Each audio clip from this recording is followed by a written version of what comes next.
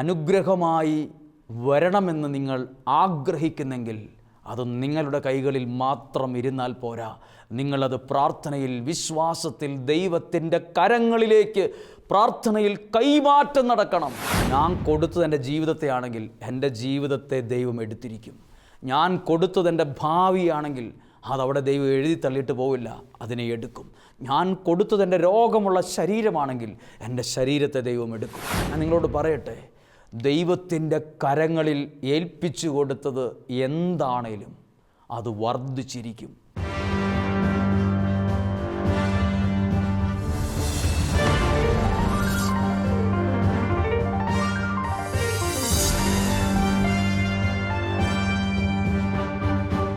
ഈശോയിൽ ഏറ്റവും പ്രിയപ്പെട്ടവരെ, വിമല ഹൃദയ പ്രതിഷ്ഠയ്ക്ക് ഒരുക്കമായിട്ടുള്ള വിമലപാതയിൽ എന്ന ശുശ്രൂഷയുടെ 32ാമത്തെ ദിവസം, സമാപന ദിവസത്തോട് ഏറ്റവും അടുത്ത് നിൽക്കുന്ന മണിക്കൂറിൽ നമ്മൾ എത്തി നിൽക്കുന്നു. സത്യം പറഞ്ഞാൽ ദൈവം നമുക്ക് നൽകിയ ഈ 32 ദിവസങ്ങളും അനുഗ്രഹമായിരുന്നു എന്ന് നമുക്ക് നമ്മുടെ ജീവിതത്തിൽ കിട്ടിയ അനുഭവങ്ങൾ കൊണ്ട് തന്നെ അറിയാൻ പറ്റും. 32 വിഷയങ്ങളാണ് നിങ്ങളോട് ദൈവവചനത്തിൽ നിന്ന് പ്രസംഗിച്ചത്.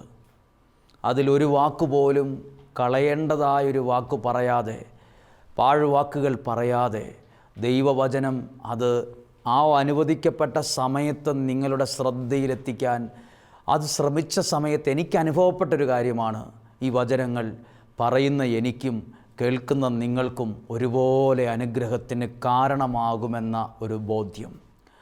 പ്രിയപ്പെട്ടവരെ, നമുക്ക് ഈ സമാപന സമയത്ത് ധാരാളം നിയോഗങ്ങളുണ്ട്. ലോകത്തിൻ്റെ വിവിധ രാജ്യങ്ങളിൽ നിന്ന്, കുടുംബങ്ങളിൽ നിന്ന് ഒത്തിരി വിഷമിക്കുന്ന, പ്രതിസന്ധിയുള്ള ഒരുപാട് പ്രാർത്ഥനകൾ നമുക്ക് നിയോഗങ്ങളായി കിട്ടിയിട്ടുണ്ട്. ഇതിനോടകം സാക്ഷ്യങ്ങളും ഒരുപാട് വന്നിട്ടുണ്ടാകും. ഒരുപാട് ദൈവപ്രവൃത്തികൾ നടന്ന ദിവസങ്ങളാണിത്. ശരിക്കും പറഞ്ഞാൽ ഈ ഒരു ശാലോം കുടുംബത്തിൻ്റെ ജീവിതത്തിൽ, അവരുടെ ശുശ്രൂഷകളിൽ ശരിക്കും ഓർക്കാൻ പാകത്തിന് ദൈവാനുഗ്രഹങ്ങൾ വന്ന ഒരു 33 ദിവസമായി ഇത് മാറിയിട്ടുണ്ടാകും. പരിശുദ്ധാത്മാവ് അത്രമേൽ ഇടപെടുന്ന അനുഭവം നമുക്കത് പറയുമ്പോഴും അത് പ്രസംഗിക്കുമ്പോഴും നമുക്കും അത് ഫീൽ ചെയ്യുന്ന, അനുഭവിക്കാൻ കഴിയുന്ന ചില യാഥാർത്ഥ്യങ്ങളാണ്. പ്രിയപ്പെട്ടവരെ, ഈ ദിവസം നമ്മൾ ഈ 32ാമത്തെ ദിവസം കേൾക്കുന്ന പ്രാർത്ഥനയുടെ വിഷയങ്ങൾ വിശുദ്ധ ലൂക്കായുടെ സുവിശേഷത്തിൽ നിന്ന് തന്നെ 9-ാം അധ്യായം 10 മുതലുള്ള വാക്യങ്ങളാണ്.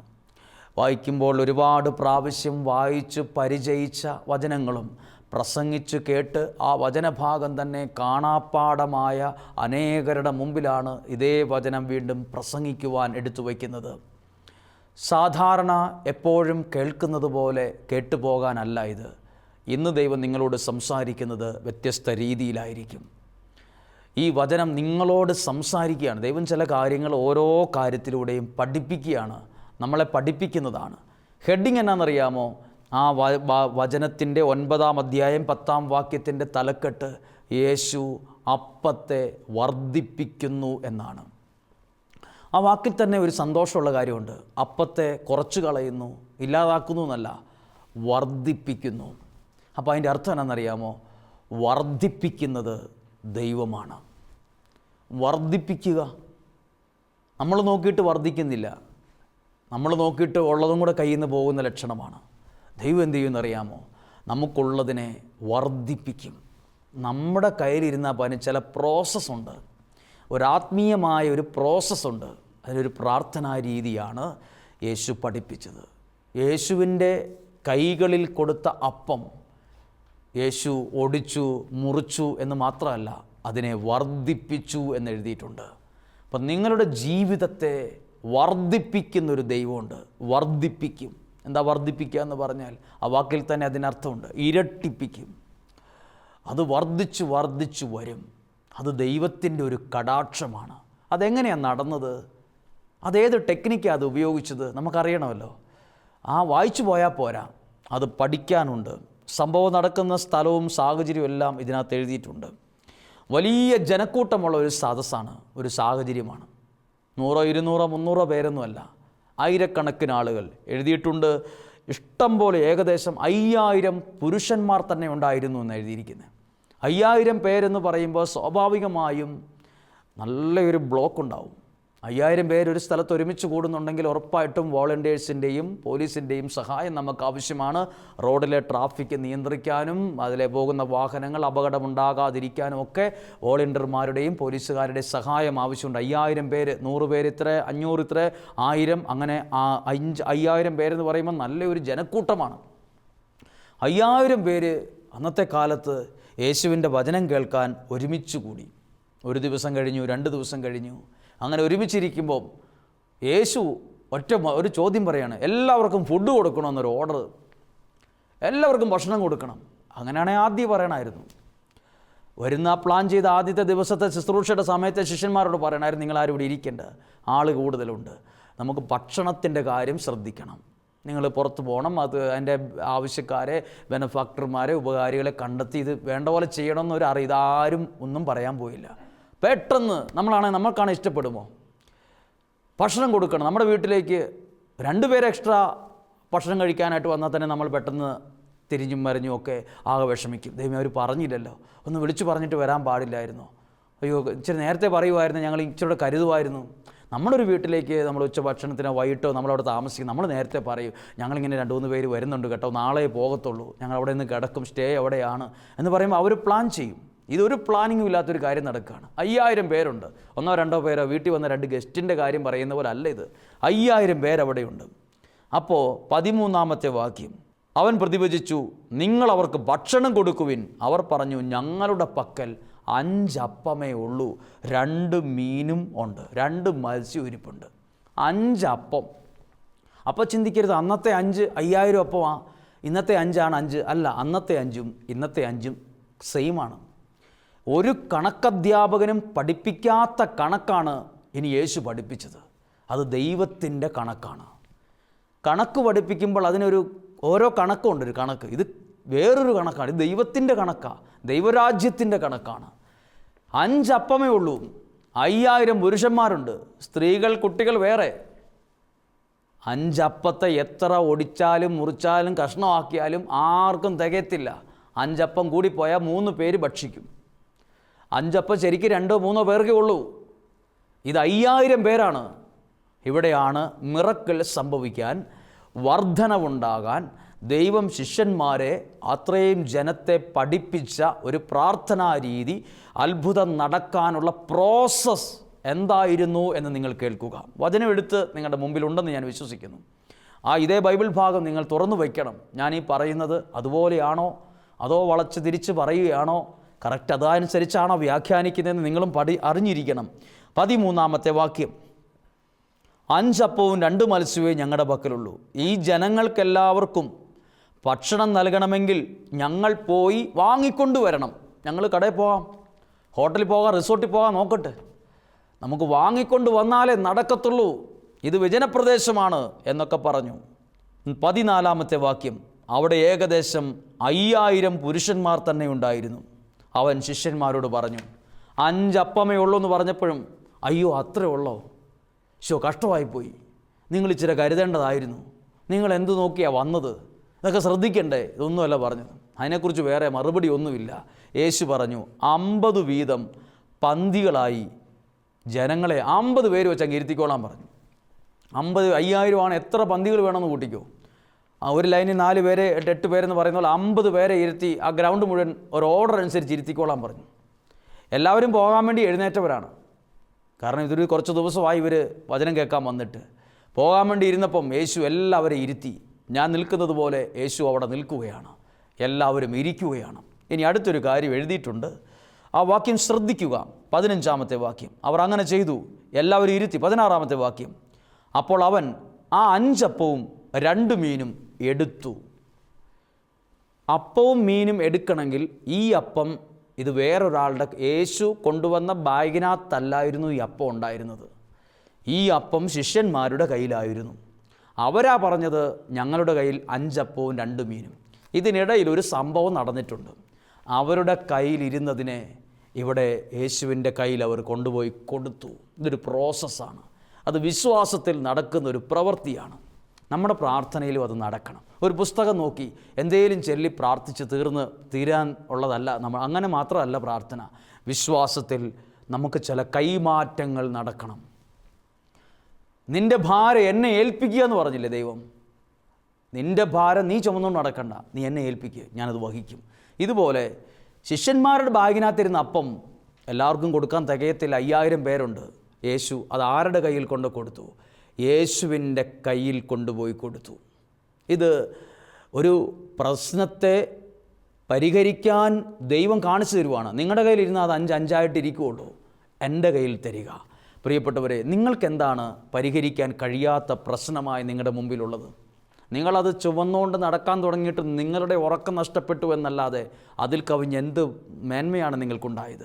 നിങ്ങളുടെ ശരീരം അല്പം ക്ഷീണിച്ചു, നിങ്ങളുടെ മുഖം അല്പം വാടി, നിങ്ങളുടെ കുറച്ച് പ്രഷറും ഷുഗറും ഒക്കെ അല്പം കൂടിയിട്ടുണ്ട്, നിങ്ങളിപ്പോൾ അല്പം ഡിസോർഡറാണ്. കാണുന്നവർ തന്നെ നിങ്ങളുടെ മുഖത്ത് നോക്കി പറയുന്നുണ്ട്, എന്തോ ടെൻഷനുണ്ട് താങ്കൾക്ക്, എന്തോ ആ വിഷമമെന്ന് ചോദിക്കാൻ തുടങ്ങി, മുഖത്ത് ചില പാടുകൾ വീഴാൻ തുടങ്ങി. ടെൻഷൻ കാരണം.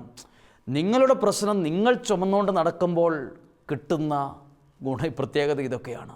അവരെന്ത് ചെയ്തു എന്നറിയാമോ? ആ 5 അപ്പം യേശുവിൻ്റെ കയ്യിലേക്ക് കൊടുത്തു. നിങ്ങളിന്ന് ഈ 32ാമത്തെ ദിവസം ദൈവവചനം കേട്ടുകൊണ്ടിരിക്കുന്ന പ്രിയപ്പെട്ടവരെ, 32 ദിവസമായി നിയോഗങ്ങൾ സമർപ്പിച്ച് പരിശുദ്ധ അമ്മയുടെ വിമല ഹൃദയത്തിനെ പ്രതിഷ്ഠിക്കാൻ ഒരുങ്ങുമല്ലേ?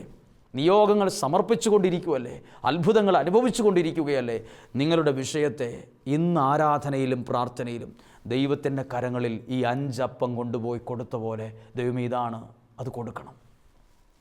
അതെങ്ങനെ കൊടുക്കും? അത് വിശ്വാസത്തിൽ നടക്കുന്നൊരു പ്രവൃത്തിയാണ്, ഒരു പ്രോസസ്സാണ്.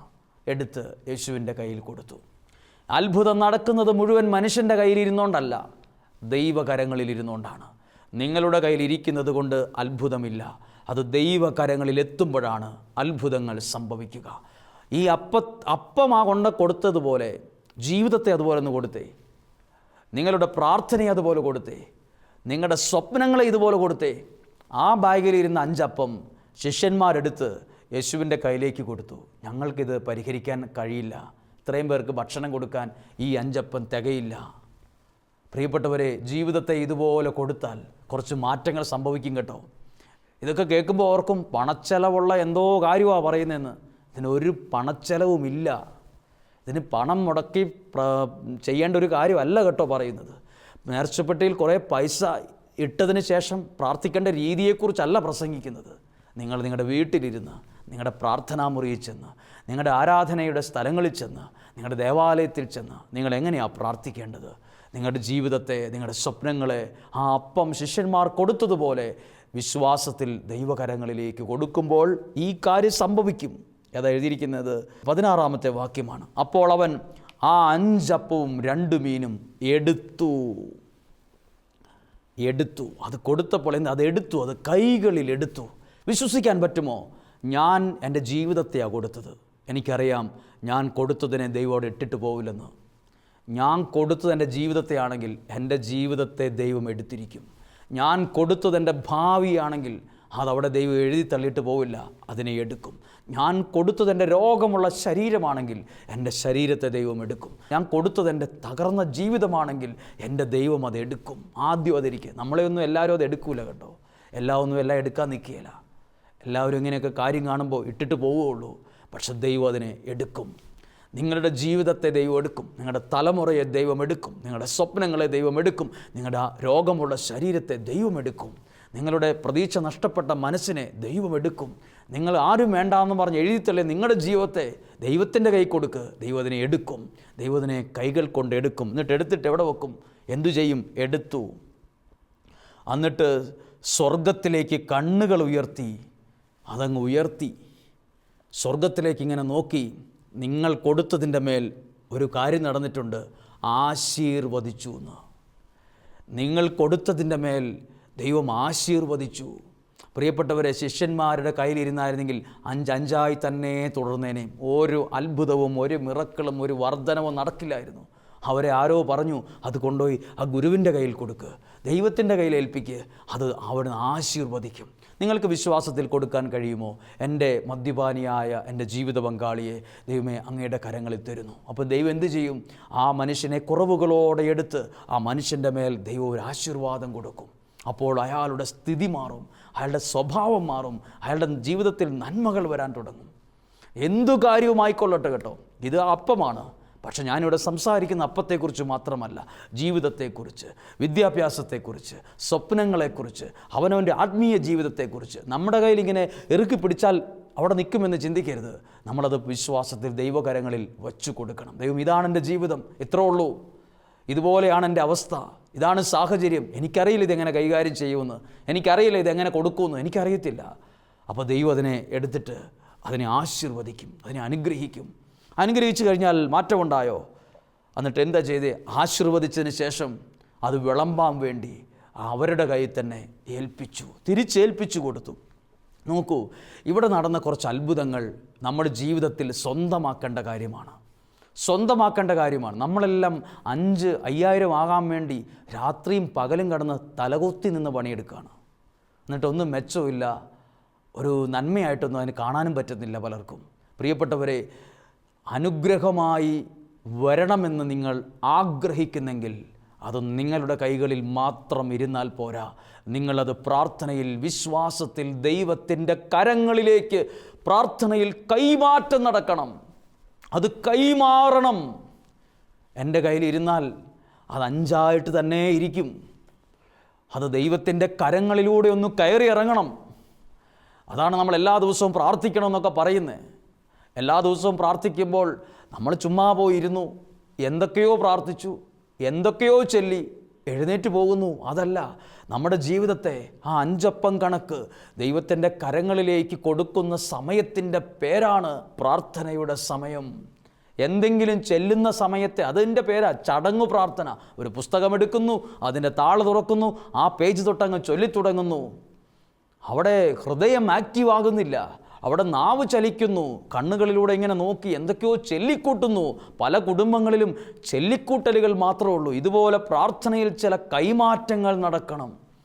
അപ്പം മാത്രമല്ല, ജീവിതവും പ്രശ്നങ്ങളും പ്രതിസന്ധികളും ഇല്ലായ്മകളും പരിഹരിക്കാനാവാത്ത വിഷയങ്ങളുണ്ടല്ലോ, അതൊക്കെ തലയെ വെച്ച് ചുമന്നുകൊണ്ട് നടക്കാനല്ല, ദൈവമേ നിൻ്റെ കരങ്ങളിലേക്ക് ഏൽപ്പിച്ചു കൊടുക്കണം. ഞാൻ നിങ്ങളോട് പറയട്ടെ, ദൈവത്തിൻ്റെ കരങ്ങളിൽ ഏൽപ്പിച്ചു കൊടുത്തത് എന്താണേലും അത് വർദ്ധിച്ചിരിക്കും.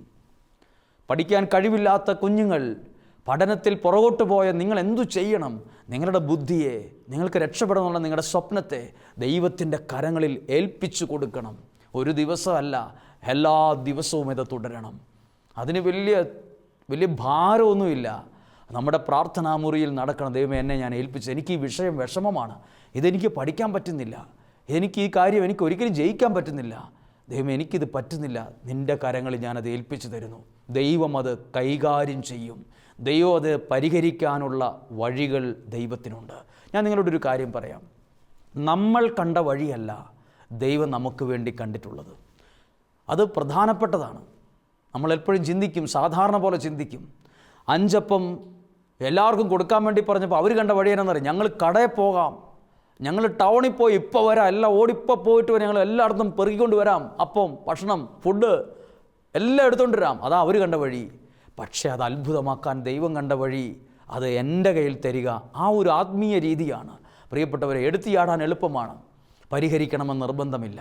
പക്ഷെ ദൈവം കണ്ട വഴിയിലൂടെയാണ് നമ്മൾ പ്രാർത്ഥനയിൽ മുന്നോട്ട് നീങ്ങുന്നതെങ്കിൽ അതാർക്കും ഒരു കുഴപ്പമില്ലാതെ, നമ്മൾ പറയില്ലേ ഇലയ്ക്കും മുള്ളിനും കേടില്ലാതെ ആ പ്രശ്നം പരിഹരിച്ചു എന്ന്, അതുപോലെ ദൈവത്തിനറിയാം ഏത് വിഷയവും എങ്ങനെയാണ് പരിഹരിക്കേണ്ടതെന്ന്, എങ്ങനെയാണ് കൈകാര്യം ചെയ്യേണ്ടതെന്ന്.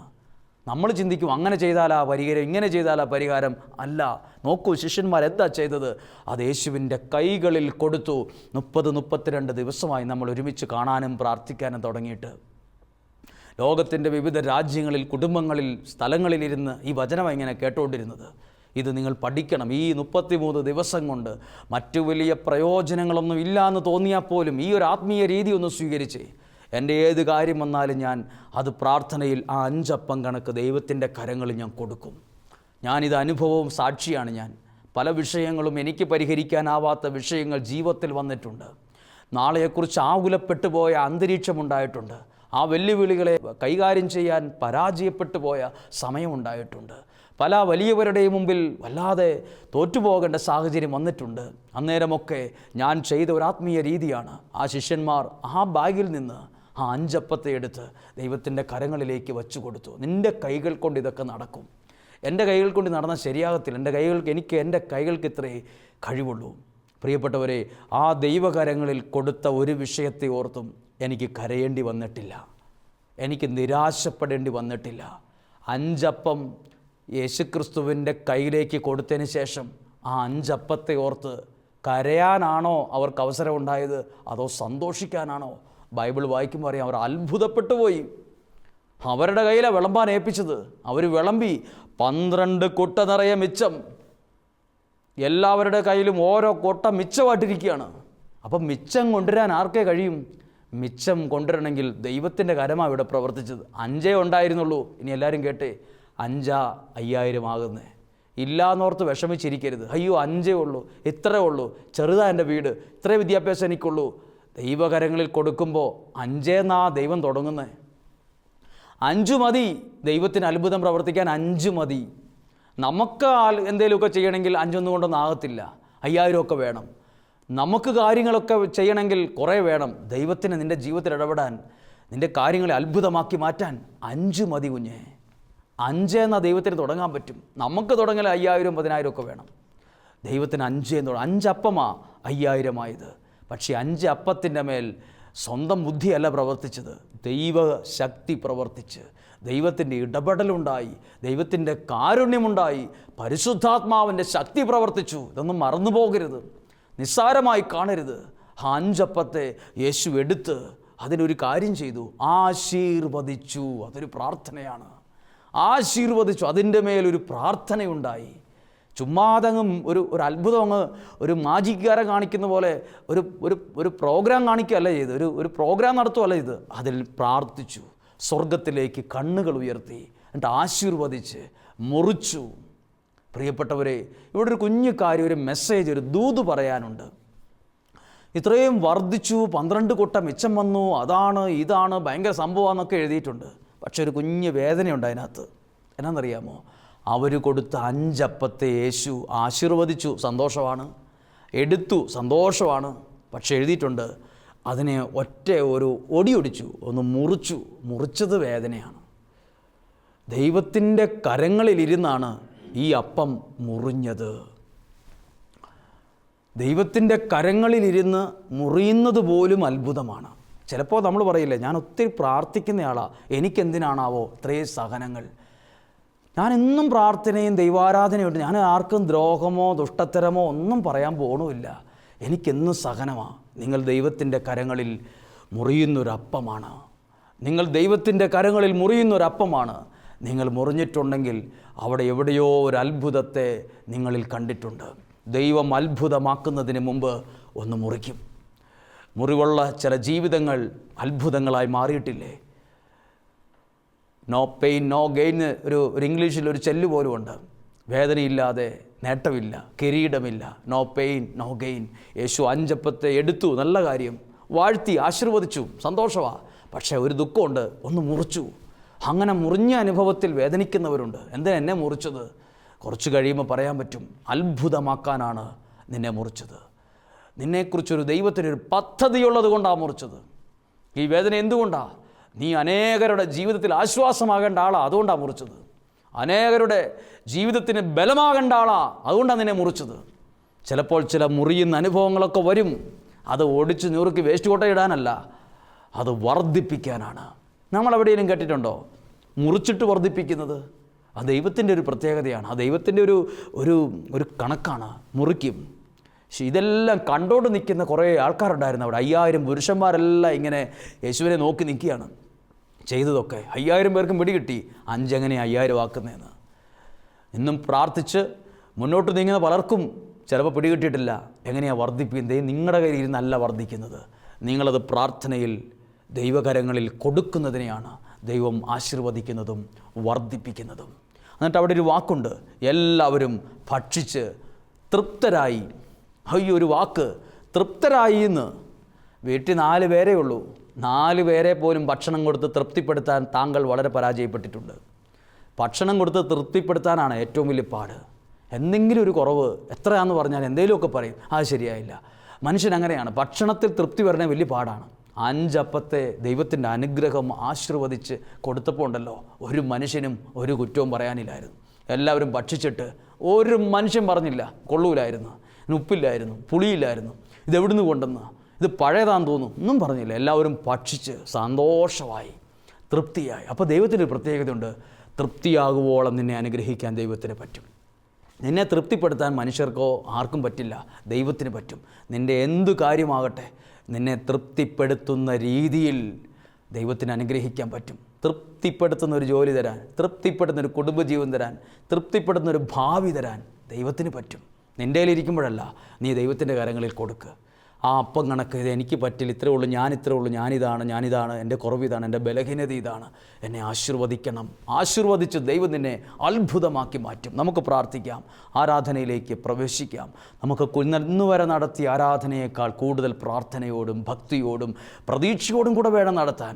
സാധാരണ 31 ദിവസം പോയതുപോലല്ല, അല്പം കൂടി ശക്തിയോടെ, വിശ്വാസത്തോടെ, പ്രതീക്ഷയോടെ. ഇന്നൊരു അത്ഭുതം ഉറപ്പാണ്, ഇന്നെൻ്റെ ജീവിതത്തിൽ ദൈവം ഇടപെടുമെന്ന് ഉറപ്പാണ്. അത്ര പ്രതീക്ഷയോടെ ആരാധനയിലേക്ക് നമുക്ക് പാട്ടുപാടി പ്രതീക്ഷയോടെ, സന്തോഷത്തോടെ, അതിലേറെ വിശ്വാസത്തോടെ നമുക്ക് പ്രവേശിക്കാം. ദൈവം അനുഗ്രഹിക്കട്ടെ എന്ന് പ്രാർത്ഥിക്കുന്നു.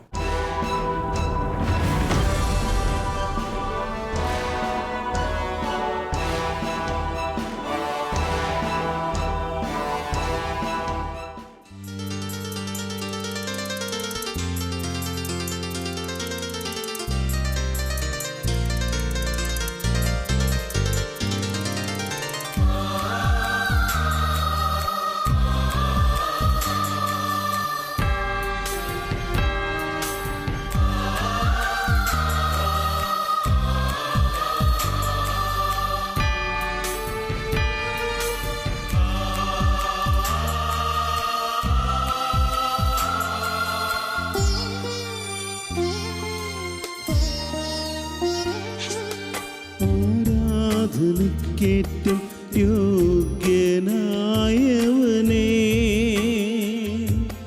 അനശ്വരനായ തമ്പുരാനേ, ആരാധനയ്ക്കേറ്റം യോഗ്യനായവനേ,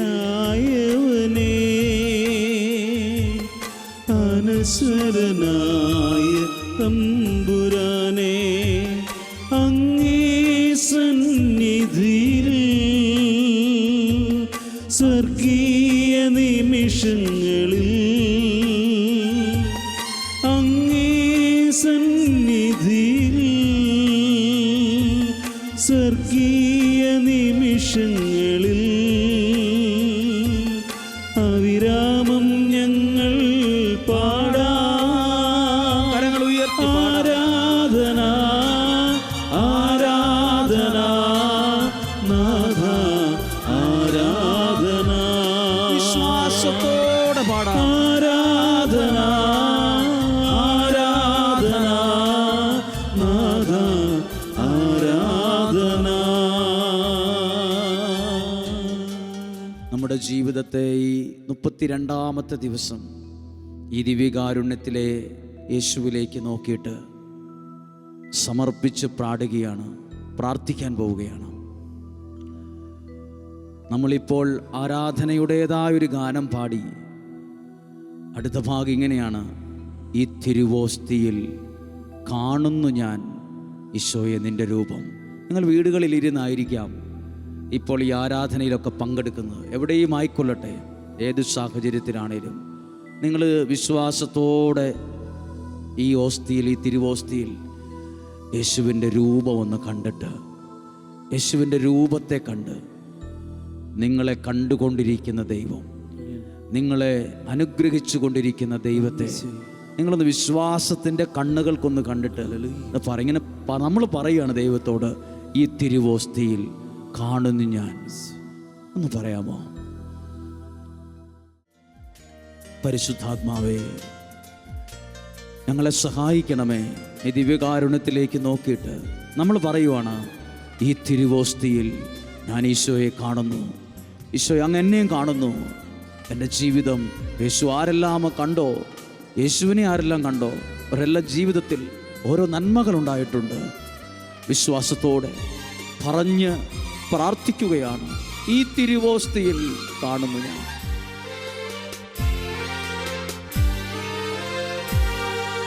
ഈ തിരുവോസ്തിയിൽ കാണുന്നു ഞാൻ. ചേർന്ന് പാടിയേ. ഈശോയെ നിന്റെ രൂപം വിശ്വാസത്തിൽ കണ്ടുകൊണ്ട് പാടാമോ? ഈ തിരുവോസ്തിയിൽ കാണുന്നു ഞാൻ. ഈശോയെ നിന്റെ രൂപം. എന്നിട്ട് സമർപ്പിക്കുകയാണ്. ഈ കൊച്ചു ജീവിതമേകുന്നു ഞാൻ ഈ ബലിവേദിയിൽ. ഈ കൊച്ചു ജീവിതമേകുന്നു, ഈ കൊച്ചു ജീവിതമേകുന്നു ഞാൻ ഈ ബലിവേദിയിലെന്നും. എന്നിട്ട് പറയാമോ? അവിരാമം ഞങ്ങൾ പാടാ. ആരാധന, ആരാധന, ആരാധന, നാഥ ആരാധന. എല്ലാവരും ചേർന്ന് പാടാമോ? ആരാധന, ആരാധന, നാഥ ആരാധന. കർത്താവേ, ഞങ്ങളുടെ ജീവിതത്തെ ഈ പാടിയ പാട്ടിനോടും ആരാധനയോടും ചേർത്ത് ഒരിക്കൽ കൂടി ഈ 32ാമത്തെ ദിവസം ഞങ്ങൾക്ക് നൽകിയ എല്ലാ നന്മകളെ ഓർത്ത് ഞങ്ങൾ സ്തുതിച്ചു പ്രാർത്ഥിക്കുന്നു. Hallelujah, hallelujah. കർത്താവേ, ഞങ്ങൾ നന്ദി പറയുന്നു. ഞങ്ങളെ അനുഗ്രഹിച്ചതിന് നന്ദി പറയുന്നു. പരിശുദ്ധാത്മാവ് ഞങ്ങൾ ഇടപെട്ടതിന് നന്ദി പറയുന്നു. ഇതുപോലൊരു മനോഹരമായ ഒരു അവസരം ഞങ്ങൾക്ക് നൽകിയതിന് നന്ദി പറയുന്നു. Hallelujah, hallelujah. പരിശുദ്ധാത്മാവെ നിറയണമേ. പരിശുദ്ധാത്മാവെ നന്ദി, നന്ദി, നന്ദി. യേശുവേ നന്ദി, നന്ദി, നന്ദി. Hallelujah, hallelujah, hallelujah, hallelujah. എല്ലാവരും ഒന്ന് ശ്രദ്ധിക്കുക.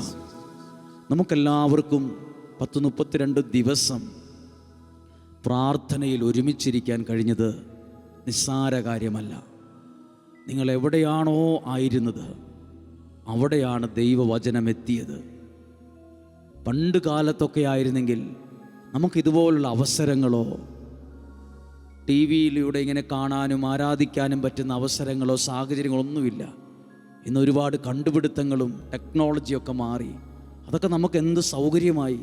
നമ്മുടെ വീട്ടിലിരുന്ന്, നമ്മുടെ ബെഡ്റൂമിലിരുന്ന്, ഭക്ഷണം കഴിക്കുന്ന ആ സ്ഥലത്തിരുന്ന്, പ്രെയർ റൂമിലിരുന്നൊക്കെ നമുക്ക് ദൈവത്തിൻ്റെ വചനം ശ്രവിക്കാം, ആരാധനയിൽ പങ്കെടുക്കാം. നമുക്ക് നന്ദി പറയണ്ടേ? നമുക്ക് ആരാധിക്കാനും ദൈവവചനം കേൾക്കാൻ എത്രയോ അവസരങ്ങളാണ്. രോഗമായി കിടക്കുന്നവരാണ്, ആ കിടക്കയിൽ കിടന്നുകൊണ്ട് തന്നെ നമുക്ക് പ്രാർത്ഥിക്കാൻ പറ്റുന്നില്ലേ? ദൈവവചനം ഇങ്ങനെ കേൾക്കാനും അറിയാനൊക്കെ പറ്റുന്നില്ലേ? നിസ്സാര കാര്യമല്ല. നമുക്ക് ദൈവത്തോട് നന്ദി പറയാം. അതോടൊപ്പം ഈ 32 ദിവസവും, നാളെ 33ാമത്തെ ദിവസമാണ്, സമാപന ദിവസമാണ്.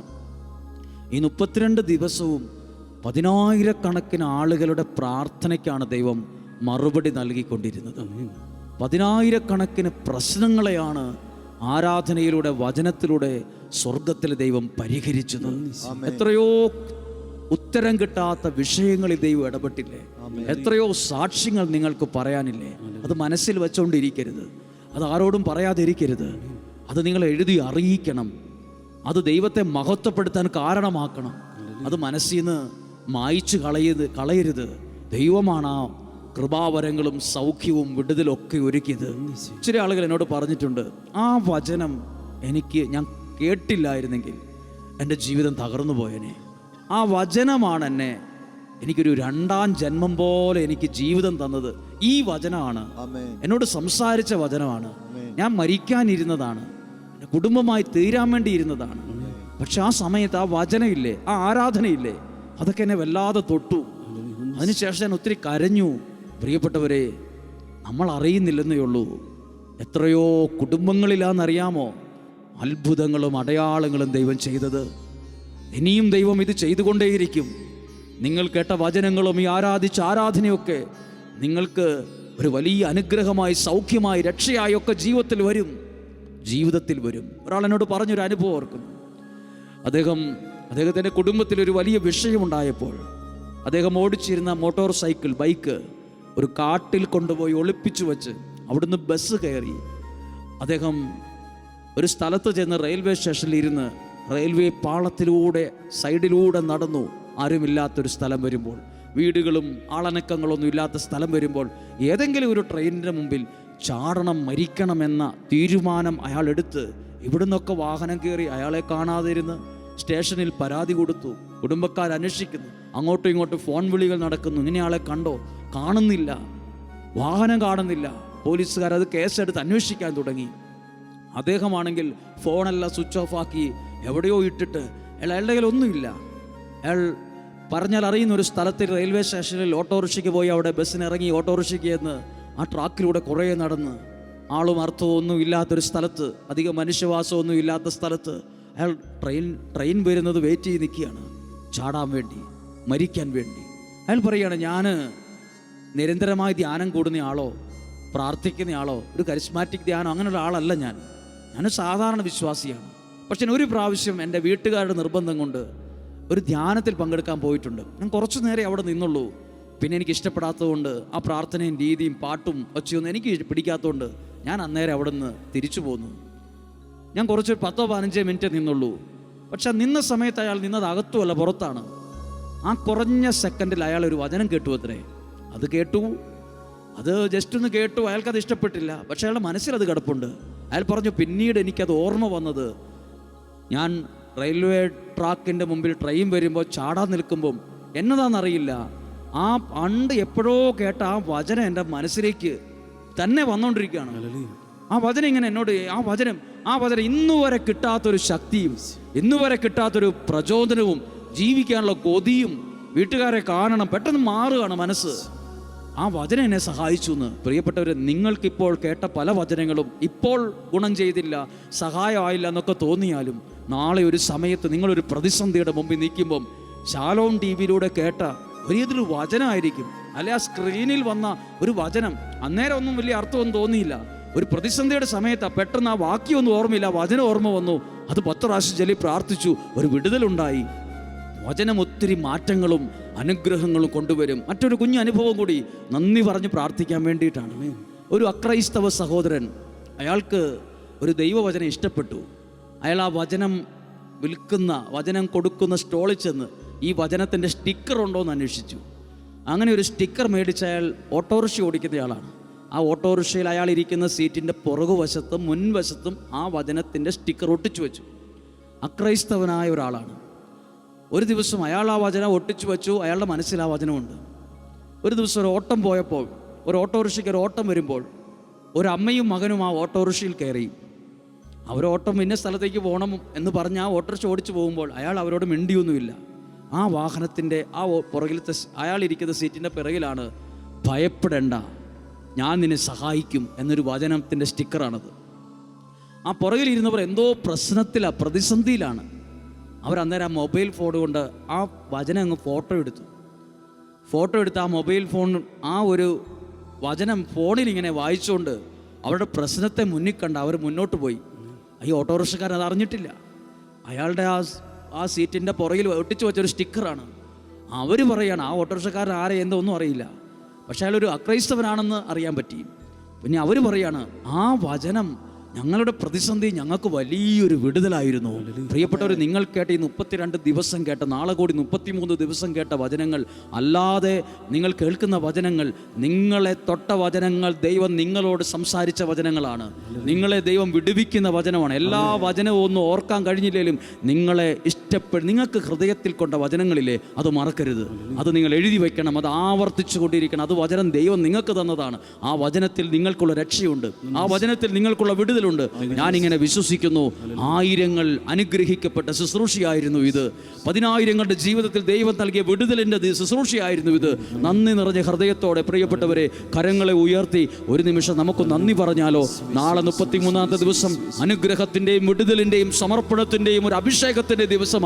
നമുക്കെല്ലാവർക്കും ഒന്ന് ഒരുങ്ങി, ഒന്ന് ഇന്ന് തന്നെ നന്ദി പറഞ്ഞ് ഒന്ന് സ്തുതിച്ച് പ്രാർത്ഥിച്ചാലോ? Hallelujah, hallelujah. പരിശുദ്ധാത്മാവേ, നന്ദി പറയുന്നു. നന്ദിയോടെ ഞാൻ അങ്ങേ സ്തുതിക്കുന്നു. നന്ദി മാത്രമേ പറയാനുള്ളൂ. ഈ അവസരത്തിന്, ഈ സാഹചര്യത്തിന് എല്ലാം നന്ദി പറയുന്നു കർത്താവേ. Hallelujah, hallelujah. നന്ദി പറയുന്നു. ഹല്ലേലൂയ. എത്രയോ പ്രതിസന്ധികളിൽ ഞങ്ങളെ രക്ഷിച്ചതിന്, ഞങ്ങളുടെ രോഗങ്ങൾ സൗഖ്യമായതിന്, ഞങ്ങളെ പൈശാചിക ബന്ധനങ്ങളിൽ വിടുവിച്ചതിന്, ഞങ്ങളുടെ കുടുംബത്തെ കുറെ കൂടി സ്നേഹത്തിലും കൂട്ടായ്മയിലും അങ്ങ് ഒരുക്കിയതിന് നന്ദി പറയുന്നു. Hallelujah, hallelujah. പരിശുദ്ധാത്മാവേ, നന്ദി. അർഹിക്കാത്ത നന്മകളും എനിക്കേടും ദയാനിധേ, യാചിക്കാത്ത നന്മകൾ പോലുമേ എനിക്കേകിയോനും സ്തുതി. അർഹിക്കാത്ത നന്മകൾ, അർഹിക്കാത്ത നന്മകളും എനിക്കേകിടും ദയാനിധേ, യാചിക്കാത്ത നന്മകൾ പോലുമേ എനിക്കേകിയോനും സ്തുതി. നന്ദിയോടെ നന്ദിയോടെ ഞാൻ സ്തുതി പാടിടും എൻ്റെ യേശുനാഥ. എനിക്കായി നീ ചെയ്തൊരു നന്മയ്ക്കും ഇന്ന് നന്ദി ചൊല്ലുന്നു ഞാൻ. 32ാമത്തെ ദിവസം നമ്മൾ കേട്ട വചനം ഏതാണെന്നറിയാമോ? വിശുദ്ധ ലൂക്കായുടെ സുവിശേഷം 9-ാം അധ്യായം 10 മുതൽ 17 വരെയുള്ള വാക്യങ്ങളാണ്. യേശു 5000-ഓളം ആളുകൾ ഒരുമിച്ച് കൂടിയിരിക്കുന്ന ഒരു സാഹചര്യത്തിൽ ശിഷ്യന്മാരോട് പെട്ടെന്ന് പറയുകയാണ്, ഇവർക്ക് ഭക്ഷണം കൊടുക്കുവിൻ. ശിഷ്യന്മാർ പെട്ടെന്ന് അത്ഭുതപ്പെട്ട്, എവിടെ നിന്ന്? ഇത് വിജനപ്രദേശമാണ്, ഞങ്ങൾ എവിടെ നിന്ന് ഭക്ഷണം മേടിക്കും? ഹോട്ടലില്ല, റിസോർട്ടില്ല, ഞങ്ങൾ പട്ടണത്തിലേക്ക് പോകട്ടെയോ എന്നെല്ലാം അവരിങ്ങനെ ചോദിക്കുകയാണ്. എന്നിട്ട് യേശു തിരിച്ചു ചോദിച്ചു, നിങ്ങളുടെ കയ്യിൽ എത്ര അപ്പമുണ്ട്? അവർ പറഞ്ഞു, 5 അപ്പവും 2 മീനും. 5 ഉള്ളൂ, 5. ഈ 5-ലാണ് ദൈവം ഇടപെട്ടത്. ഈ 5-ആണ് 5000 ആയത്. ഈ 5-ന്മേലാണ് ദൈവത്തിൻ്റെ ഇടപെടലുണ്ടായത്. അങ്ങനെയെങ്കിൽ ഈ 5 അപ്പത്തിൽ ദൈവം ഇടപെടാൻ അവരെന്നാ ചെയ്തേ? അത് ബാഗിൽ പൊതിഞ്ഞു വച്ചുകൊണ്ടിരിക്കുവാണോ ചെയ്തേ? അല്ല, ഇതെല്ലാവർക്കും കൊടുക്കണമല്ലോ എന്ന് വിചാരിച്ച് വേഗം ഭക്ഷിക്കുവാണോ ചെയ്തേ?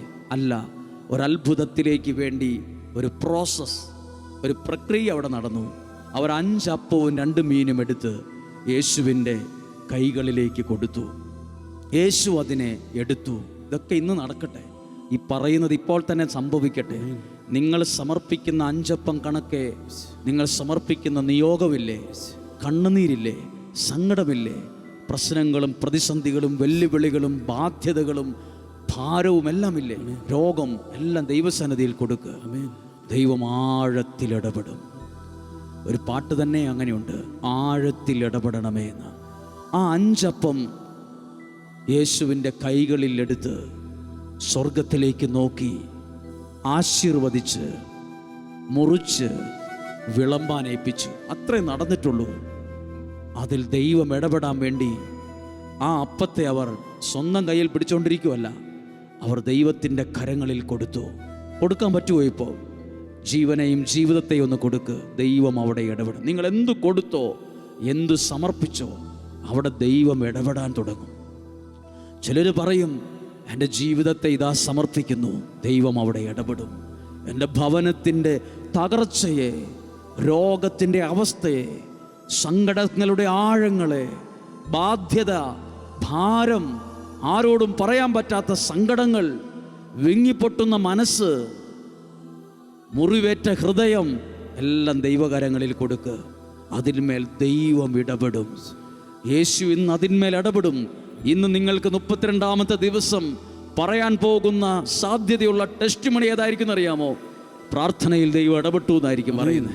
പ്രാർത്ഥനയിൽ ദൈവം ഇടപെട്ടു, എൻ്റെ കുടുംബത്തിൽ ദൈവം ഇടപെട്ടു, എൻ്റെ ജോലിയുടെ കാര്യത്തിൽ ദൈവം ഇടപെട്ടു, എൻ്റെ കുടുംബ പ്രശ്നം എങ്ങനെ പരിഹരിക്കണമെന്ന് അറിയില്ലായിരുന്നു, പക്ഷെ ദൈവം ഇടപെട്ടു. സമാധാനമില്ലാത്ത വീടായിരുന്നു, ദൈവം ഇടപെട്ടു. എനിക്ക് തന്നെ മാറ്റാൻ പറ്റാത്ത ചില സ്വഭാവത്തിന്റെ പ്രത്യേകതകൾ എനിക്കുണ്ടായിരുന്നു, ദൈവം എൻ്റെ ജീവിതത്തിൽ ഇടപെട്ടു. ദൈവം ഇടപെടും കേട്ടോ. ദൈവം ഇടപെട്ട 1000 സംഭവങ്ങൾ നിങ്ങൾക്ക് ഓർമ്മയില്ലേ? എത്രയോ സാക്ഷ്യങ്ങൾ നിങ്ങൾ ഇതിനോടകം കേട്ടിരിക്കുന്നു, എത്രയോ സാക്ഷ്യങ്ങൾ നിങ്ങൾ അറിഞ്ഞിരിക്കുന്നു. ദൈവം ഇടപെട്ടു, ആ വ്യക്തിയുടെ ജീവിതത്തിൽ ഇടപെട്ടു, ആ കുടുംബത്തിൻ്റെ മേൽ ഇടപെട്ടു, അവരുടെ പ്രാർത്ഥനകളിൽ ദൈവം ഇടപെട്ടു. നിങ്ങളോട് പറയുന്നു, എവിടെയാ ദൈവം ഇടപെടുന്നത്? ദൈവത്തിൻ്റെ കരങ്ങളിൽ വെച്ച് കൊടുത്ത ഓരോ കാര്യത്തിൻ്റെ മേലും ദൈവം ഇടപെടാൻ തുടങ്ങും. വിശ്വാസത്തിൽ ഒന്ന് കണ്ണുകളെ ഒന്ന് അടച്ച് നിങ്ങളുടെ ജീവിതത്തിൽ ദൈവം ഇടപെടണം എന്ന് നിങ്ങൾ ആഗ്രഹിക്കുന്ന വിഷയങ്ങളെ നിങ്ങൾ തന്നെ പൊതിഞ്ഞുകൊണ്ടിരിക്കാതെ, അവിടെ സൂക്ഷിച്ച് അകത്തേക്ക് മാറ്റിവെക്കാതെ ആ ദൈവകരങ്ങളിൽ കൊടുത്തേ. എന്തുവായാലും അത് കൊടുത്തേ, ദൈവത്തിൻ്റെ കരങ്ങളിലേക്കൊന്ന് കൊടുത്തേ. വിശ്വാസത്തോടെ അത് ഏൽപ്പിച്ചേ. ദൈവം അവിടെ ഇടപെടും. അതിന്മേലൊരു ദൈവീക ഇടപെടൽ സംഭവിക്കും. നിങ്ങൾക്കൊരു പക്ഷേ നന്നായിട്ട് പഠിച്ചു, നല്ലൊരു ജോലിയില്ല, കുടുംബജീവിതം ആരംഭിച്ചു, ഒരു സമാധാനമില്ല, അല്ലെങ്കിൽ നിങ്ങളുടെ കുഞ്ഞുങ്ങൾക്ക് നന്നായിട്ട് പഠിക്കാൻ പറ്റുന്നില്ല, വിവാഹപ്രായമായി, വിവാഹം നടക്കുന്നില്ല, വിവാഹം കഴിഞ്ഞു, കുഞ്ഞുങ്ങളില്ലാത്തൊരവസ്ഥ, 100 കാര്യങ്ങളാണ്. അങ്ങനെ ഓരോ വിഷയങ്ങൾ പറഞ്ഞാൽ ആയിരക്കണക്കിന് വിഷയങ്ങളുണ്ടാവും. ആയിരക്കണക്കിന്. എത്ര പൈസ കിട്ടിയാലും ആശുപത്രി കൊടുക്കാനേ തികയുന്നുള്ളൂ. എന്നും മരുന്നാണ്. 10 രൂപ കിട്ടിയാൽ 200 രൂപ ആശുപത്രി കൊടുക്കണം. 200 രൂപ കിട്ടിയാൽ 2000 രൂപ ഹോസ്പിറ്റലിൽ. ഒരു പൈസ കയ്യിൽ നിൽക്കത്തില്ല. എന്നും സാമ്പത്തിക ബുദ്ധിമുട്ട്. എന്നാണെന്നറിയില്ല. ദൈവത്തിൻ്റെ ഇടപെടൽ ഉണ്ടാകട്ടെ. അവിടെ എല്ലാം ദൈവത്തിൻ്റെ ഇടപെടലുണ്ടാവും. നിങ്ങൾ സമർപ്പിക്കാമോ? നിങ്ങളുടെ മാതാപിതാക്കളെ സമർപ്പിക്കുക, ജീവിത പങ്കാളിയെ സമർപ്പിക്കുക, ശുശ്രൂഷ ജീവിതത്തെ സമർപ്പിക്കുക, നിങ്ങളെ ദൈവം ഏൽപ്പിച്ച ജീവിതങ്ങളെ സമർപ്പിക്കുക, നിങ്ങളുടെ കുഞ്ഞുങ്ങളെ സമർപ്പിക്കുക, നിങ്ങളുടെ വീടിരിക്കുന്ന ആ ഒരു സ്ഥലത്തെ സമർപ്പിക്കുക, അതിൻ്റെ ഓരോ മുറികളെ സമർപ്പിക്കുക, നിങ്ങളുടെ ഭാവി പദ്ധതികളെ സമർപ്പിക്കുക. അങ്ങനെ ഓരോ കാര്യങ്ങളെ ദൈവകരങ്ങളിലേക്ക് ഒന്ന് കൊടുത്ത് എളിമയോടെ വിനയത്തോടെ ഒരിക്കൽ കൂടി ഒന്ന് കരങ്ങൾ ഉയർത്തിക്കുക. ദൈവം ഇടപെടുന്ന 32ാമത്തെ ദിവസം, ദൈവം ഇടപെട്ട് അത്ഭുതം ചെയ്യുന്ന 32ാമത്തെ ദിവസം, ദൈവത്തിന്റെ പ്രവൃത്തി വെളിപ്പെടുന്ന 32ാമത്തെ ദിവസം, ദൈവത്തിന്റെ അത്ഭുതങ്ങൾ നിറയുന്ന 32ാമത്തെ ദിവസം, പരിശുദ്ധാത്മാവിന്റെ അഭിഷേകം നിറയുന്ന 32ാമത്തെ ദിവസം, അമ്മയുടെ മാധ്യസ്ഥം അനുഭവിക്കാൻ കഴിയുന്ന, അമ്മയുടെ ഇടപെടൽ അനുഭവിക്കാൻ കഴിയുന്ന 32ാമത്തെ ദിവസം. Hallelujah, hallelujah. പരിശുദ്ധാത്മാവേ, പരിശുദ്ധാത്മാവേ, ആഴത്തിൽ എൻ്റെ ജീവിതത്തിൽ ഇടപെടണമേ, ആഴത്തിൽ എന്നോട് ഇടപെടണമേ, ആഴത്തിൽ എന്നോടും ഇടപെടണേ. അതുപോരാ, എൻ്റെ ആത്മാവിൽ ഇടപെടണം. ആത്മാവിലെന്നോടും ഇടപെടണേ. എല്ലാവരും ചേർന്ന് വിശ്വാസത്തോടെ ആഴത്തിലെന്നോടും ഇടപെടണേ. ആത്മാവിലെന്നോടും ഇടപെടണേ. ആരിലും ശ്രേഷ്ഠമായി, ആരിലും ശ്രേഷ്ഠമായി, ആരിലും ശക്തമായി, ആരിലും ശ്രേഷ്ഠമായി, ആരിലും ശക്തമായി, ആഴത്തിലെന്നോടും ഇടപെടണേ. ആത്മാവിലെന്നോടും ഇടപെടണേ. മാനീർത്തോടിനായി കാക്ഷിക്കും പോലെ കർത്താവേ, ഞങ്ങൾ അങ്ങയെ തേടുവാൻ ആഗ്രഹിക്കുന്നു, ഞങ്ങൾ അങ്ങയിൽ വിശ്വസിക്കുന്നു, ഞങ്ങളിപ്പോൾ അങ്ങിൽ ആശ്രയിക്കുന്നു. പ്രിയപ്പെട്ടവരെ, അവിശ്വാസത്തോടെ ഇരിക്കരുത്. ദൈവത്തിൻ്റെ ഇടപെടൽ നിങ്ങളിൽ സംഭവിച്ചു കൊണ്ടിരിക്കുന്നു. നിങ്ങളുടെ സങ്കടങ്ങളുടെ മേൽ ദൈവത്തിൻ്റെ കാരുണ്യം വർഷിക്കപ്പെടുന്നു. ദൈവം നിങ്ങളുടെ കുടുംബത്തെ കരുതലോടെ സംരക്ഷിക്കുന്നുണ്ട്. ഒരു കാലത്തും തള്ളിക്കളയാത്തൊരു ദൈവം നിങ്ങൾക്കുണ്ട്. വിശ്വാസത്തോടെ ചേർന്ന് പാടിയേ. മണ്ണീർത്തോടിനായി കാക്ഷിക്കുമ്പോ ആത്മാവിനായി ദാഹിക്കുന്നേ. ഒന്ന് പാടാമോ? മണ്ണീർത്തോടിനായി കാക്ഷിക്കുമ്പോ ആത്മാവിനായി ദാഹിക്കുന്നേ. ആ ജീവനീരെനിക്കേകിടണേ.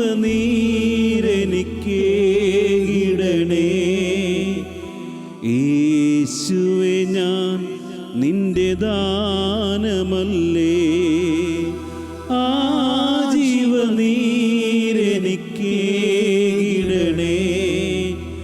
യേശുവേ, ഞാൻ നിന്റെ ദാനമല്ലേ. നീട്ടി പറഞ്ഞു ഒന്ന് പ്രാർത്ഥിച്ചേ.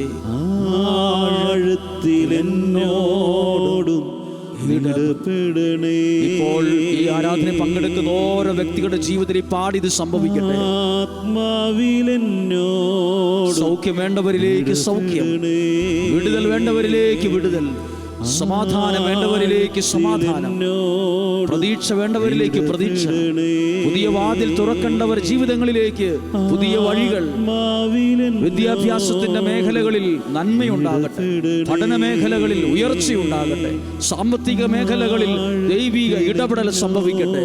എല്ലാവരും ചേർന്ന് യേശുവേ എൻ്റെ ജീവിതത്തിൽ ഇടപെടുന്നതിന് നന്ദി, യേശുവേ എൻ്റെ ജീവിതത്തിൽ ഇടപെടുന്നതിന് നന്ദി, എൻ്റെ ജീവിതത്തിൽ ഇടപെടുന്നതിന് നന്ദി.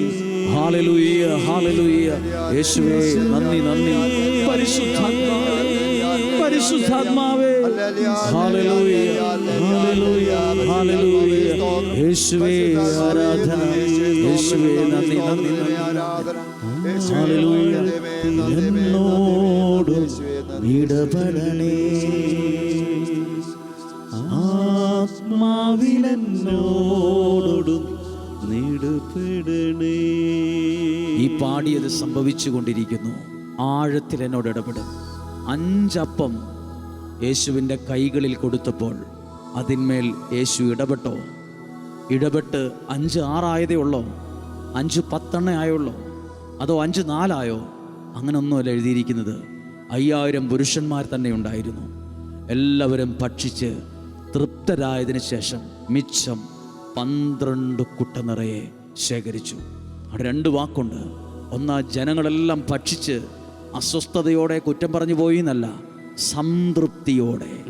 ഈ ആരാധനയും വചനവും കേട്ട നിങ്ങളെ ദൈവം സംതൃപ്തിയുള്ളൊരു ഹൃദയം നൽകി, സംതൃപ്തിയുള്ളൊരു കുടുംബജീവിതം നൽകി, സംതൃപ്തിയുള്ളൊരു ശുശ്രൂഷ നൽകി, സംതൃപ്തിയുള്ളൊരു മനസ്സ് നൽകി, സംതൃപ്തിയുള്ള കുഞ്ഞുങ്ങളെ നൽകി, ജോലി നൽകി, ഉയർച്ച നൽകി, വീട് നൽകി, ആരോഗ്യം നൽകി, ഒക്കെ അനുഗ്രഹിക്കും. ദൈവം ഇടപെടും. നാളെ 33-ാമത്തെ ദിവസമാണ്. നമുക്കെല്ലാവർക്കും ഒരുമിച്ചിരിക്കണം, ഒരുമിച്ച് ആരാധിക്കണം. അത് അത്ഭുതങ്ങളുടെ സമയമാണ്. നാളത്തെ ദിവസം ആരും ഉപേക്ഷ കാണിക്കരുത്. അതൊത്തിരി നന്മകളുടെ ഒരു പ്രധാനപ്പെട്ട ദിവസമാണ്. ആരാധനയിലൂടെ, വചനത്തിലൂടെ നിങ്ങൾ അനുഗ്രഹിക്കപ്പെടുന്ന ദിവസമാണ്. 32 ദിവസവും 10,000-കണക്കിന് ആളുകൾ ഒരുമിച്ച് പ്രാർത്ഥിച്ചിട്ടുണ്ട്, വചനം കേട്ടിട്ടുണ്ട്. നമുക്ക് യേശുവിൻ്റെ ആശീർവാദം സ്വീകരിക്കാൻ ഒരുങ്ങാം. യേശുവിൻ്റെ അത്ഭുതകരമായ ഇടപെടൽ നിങ്ങളിൽ സംഭവിക്കുന്നതിന് നന്ദി പറഞ്ഞ് പ്രാർത്ഥിക്കുന്നു.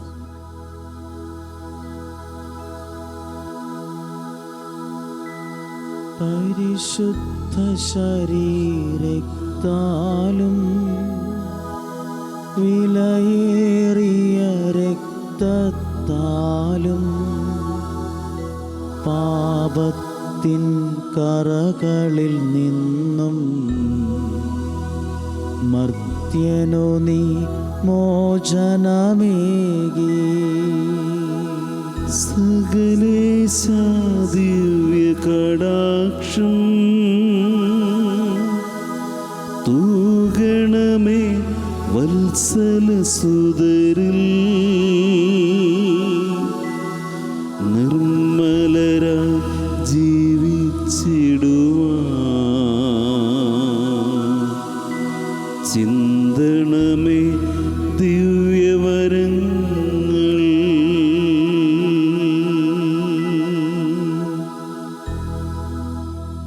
പരിശുദ്ധ പരമമാ ദിവ്യകാരുണ്യമേ, എന്നുമെന്നും എന്നുമെന്നും അങ്ങേക്കാരാധന.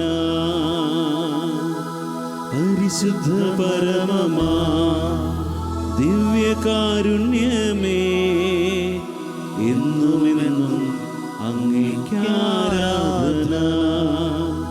പരിശുദ്ധ പരമമാ ദിവ്യകാരുണ്യമേ, എന്നുമെന്നും അങ്ങേക്കാരാധന.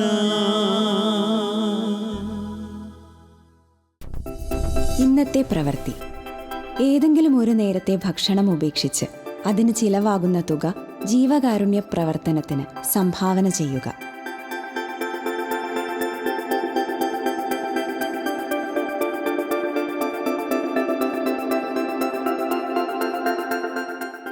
വിമലപാതയിലെ എപ്പിസോഡുകൾ വീണ്ടും കാണുന്നതിനും ശാലോം ടിവിയിലെ മറ്റു പ്രോഗ്രാമുകൾ ലഭിക്കുന്നതിനും Shalom TV YouTube channel subscribe ചെയ്യുക.